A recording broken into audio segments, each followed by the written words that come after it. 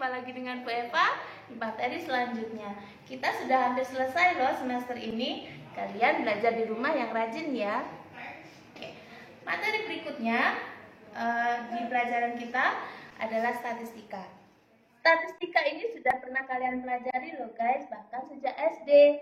Jadi kelas 8 ini kalian hanya mengulang sedikit dan ditambah sedikit. Apa saja yang akan kita pelajari? Yang pertama, tentunya kalian harus mengingat pengertian statistika. Yang kedua, pengumpulan data. Yang ketiga, pengolahan data. Yang keempat, penyajian data. Yang kelima, pengukuran data. Oke. Yang pertama, statistika adalah sebuah cabang ilmu matematika yang berkaitan dengan pengumpulan data, pengolahan data, dan penyajian data. Paham ya? Setelah mengerti tentang statistika, selanjutnya kita ingat kembali tentang cara-cara pengumpulan data. Oke, sebelum ke pengumpulan data, ingat dulu apa sih artinya populasi? Apa artinya sampel? Diingat ya, baca di bukumu, baca di slide-nya. Berikutnya tentang datum dan data. Datum dan data sedikit berbeda. Kalau datum itu adalah keterangan yang diperoleh dari hasil pengamatan. Sedangkan data itu adalah kumpulan dari beberapa datum. Paham ya bedanya? Oke. Berikutnya cara-cara pengumpulan data. Yang sudah kita pelajari di kelas 7 dulu ada 3. Wawancara, angket, dan observasi. Sudah ingat ya? Data yang sudah kita kumpulkan tadi harus kita olah. Tetapi di sini Bu Eva tidak akan membahas bagaimana cara pengolahan data. Data itu bisa kita olah dengan bantuan kalkulator dan komputer. Lanjut. Setelah data diolah, data harus disajikan anak-anak. Penyajian data ada 4 cara. Yang pertama tabel. Itu ya, ingat ya. Yang kedua, diagram batang. Masih ingat? Yang ketiga, diagram lingkaran. Ingat? Yang keempat, diagram garis. Oke? Ingat ya? Sekarang kita sampai pada inti dari materi hari ini, yaitu tentang pengukuran data. Yang kita pelajari di sini, yang pertama, data harus kita cari rata-ratanya. Caranya? Wah, kalau melihat seperti itu rumusnya sulit nggak? Oke, sekarang kita lihat ilustrasinya ya. Oke. Rata-rata nama lainnya adalah min. Simbolnya huruf X, atasnya diberi garis, itu dibaca X bar. Perhatikan contoh berikut. Bu Eva memiliki data dari tinggi badan 5 orang yang berbeda. Orang yang berwarna kuning, tinggi badannya 150 cm. Orang yang berwarna hijau, 160 cm. Lalu orang yang ketiga, 170 cm. Orang yang keempat dan kelima memiliki tinggi badan yang sama, yaitu 180 cm. Kita akan hitung rata-rata dari tinggi badan kelima orang tersebut. Ingat tadi di slide sebelumnya bahwa rata-rata itu adalah jumlah datum dibagi dengan banyaknya datum. Kita hitung dulu jumlah dari datumnya. 150 ditambah 160 ditambah 170 ditambah 180 dan ditambah 180 lagi.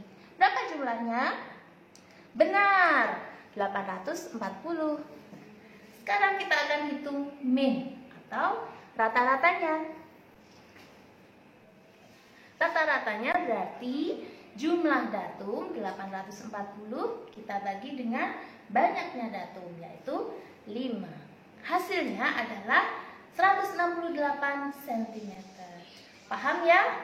Oke, sip. Lanjut. Selain min, kita juga bisa menghitung median. Apa itu median? Median adalah nilai tengah dari data.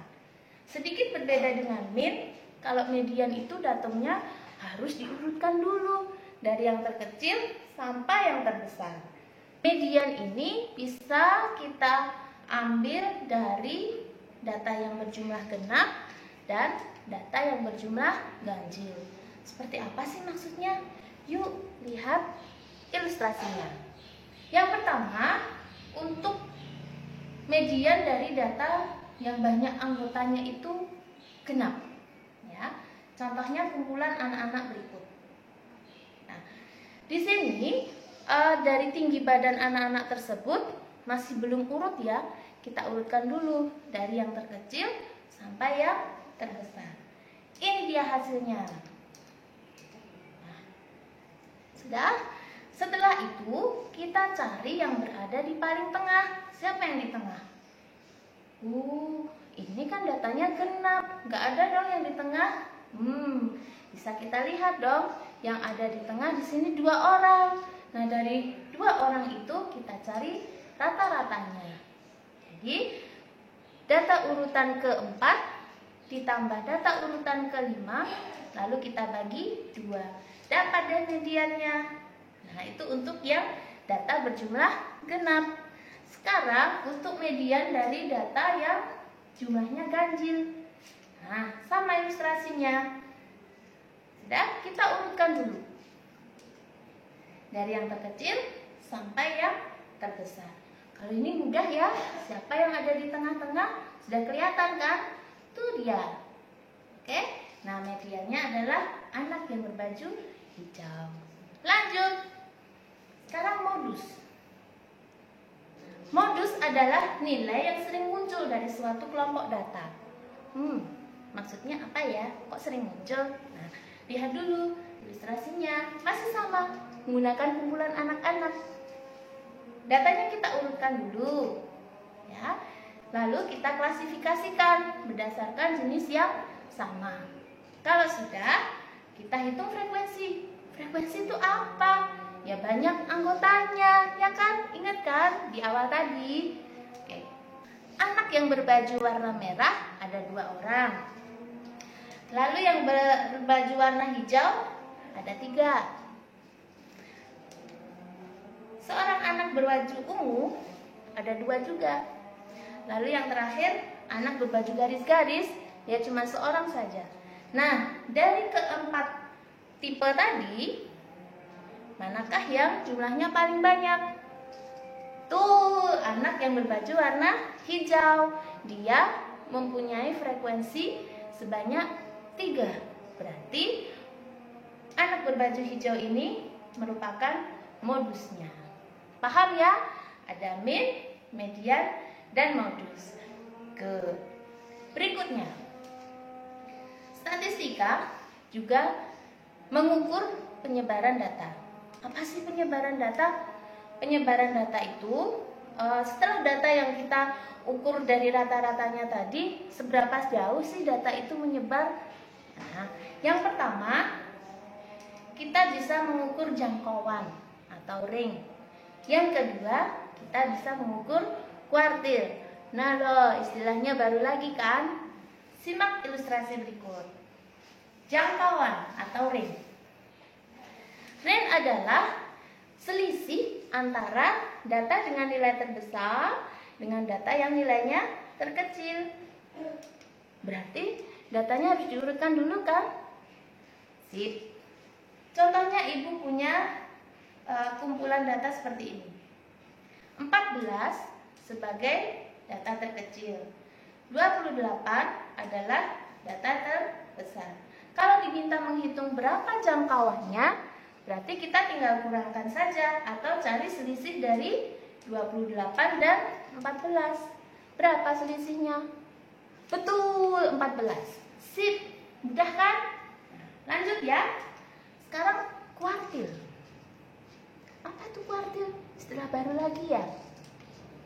Kuartil adalah bilangan yang digunakan untuk membagi sekumpulan data menjadi 4 sama banyak. Caranya gimana? Ya, data itu kita bagi 4 dong. Nanti kita akan dapatkan kuartil bawah, kuartil tengah, dan kuartil atas. Belum paham? Oke, ini ilustrasinya.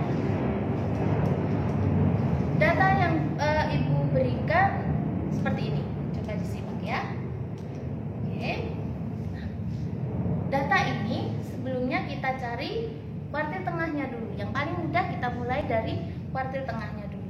Kuartil tengah tadi siapa? Bisa kita cari dengan cara sama seperti kita menentukan median. Oke. Mediannya adalah 24, berarti kuartil tengahnya 24. Setelah itu, yang kita dapatkan data itu terbagi menjadi dua bagian. Ada di sebelah kiri 24 dan di sebelah kanan 24. Yang di sebelah kiri itu data-data dengan nilai kecil. Kalau yang di sebelah kanan, data-data yang bernilai besar. Nah, sekarang kita akan tentukan kuartil bawah. Namanya juga kuartil bawah, berarti yang kita lihat adalah data-data yang ada di sebelah kiri dari 24. Oke. Ada 14, 19, dan 20. Nah, di sini kuartil bawahnya adalah yang di tengah-tengah lagi. Mudah kan? 19. Nah, ini kita sebut sebagai kuartil bawah. Bagaimana dengan kuartil atas? Sama, kita lihat di data yang bernilai besar-besar itu. Oke, siapa yang ada di tengah? Betul, 28. Nah, itu kita sebut sebagai kuartil atas. Jadi kalau bisa kita simpulkan, kuartil bawah dengan simbol Q1 adalah 19, kuartil tengah dengan simbol Q2 24, dan kuartil atas dengan simbol Q3 adalah 28. Mudah kan? Yang terakhir adalah jangkauan interkuartil. Jangkauan tadi adalah selisih dari data nilai terbesar dengan data yang terkecil. Sama, kalau jangkauan interkuartil berarti selisih antara data kuartil atas dan data kuartil bawah.